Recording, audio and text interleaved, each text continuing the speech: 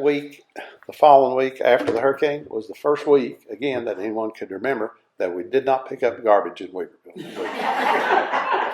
Now, that doesn't mean people didn't fuss. What am I supposed to? We also, the day on that Thursday before the hurricane hit,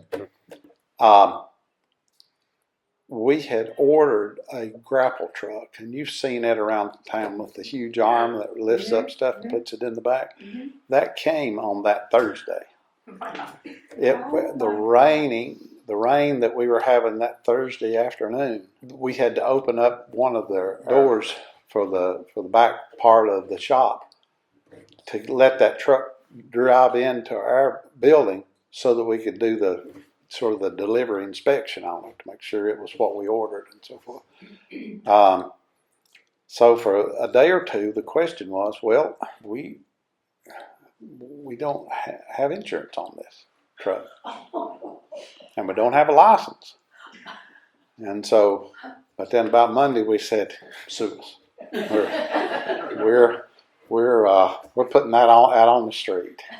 And we just happened to have one fellow that had worked with DOT before he came to work for the town, and he knew how to operate it. And so that was amazing that came in like it did. Jennifer Young, bless her heart,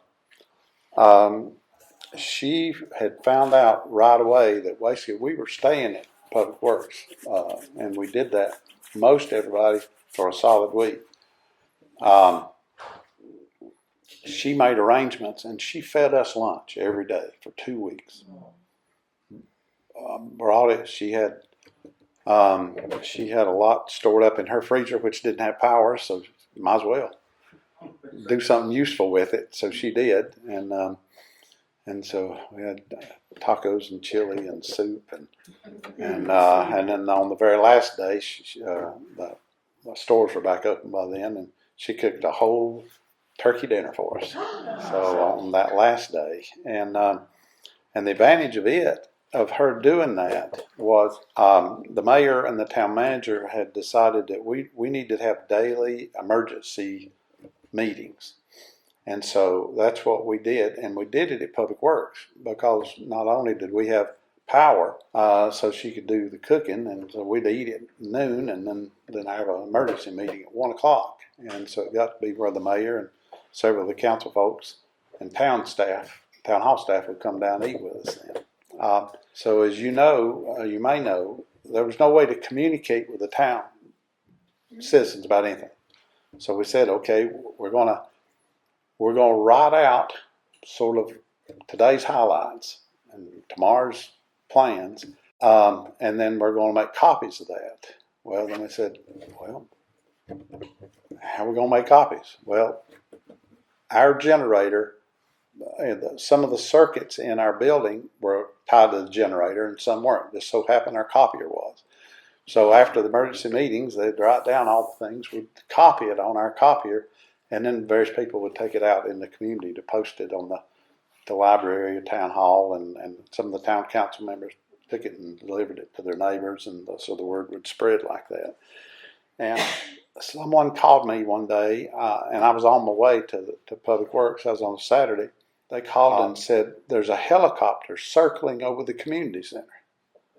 And, well, I don't have a helicopter. I don't know what I could do about it. But I came down there, and Hendricks Racing Team people, and they had sent a helicopter up here with supplies of water and some MREs and different things like that. So take it to the community center because that was sort of the distribution point. But there were too many people there; they couldn't land. Our pickleball court became the Weaverville airport.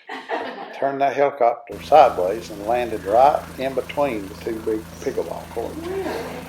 And then we loaded what they had left in their helicopter in my Ford Explorer. We took it all out and loaded it, and they said okay, and said please keep all those people back because half the people on Lakeshore had followed to see who was landing, and we so they stood at the sidewalk, and that helicopter revved up and took off, and went across the community center and then banked, heading back toward Hickory. That's just a few behind the scenes things that were so amazing. Our people slept at town hall. I mean, at Public Works. Some of them slept in their trucks. Some of them had brought a cot from home. Some of them found a chair that reclined a little bit and slept in it. But they had no communication with their families. So they were working for the town at Public Works and had no way of knowing if their families were okay.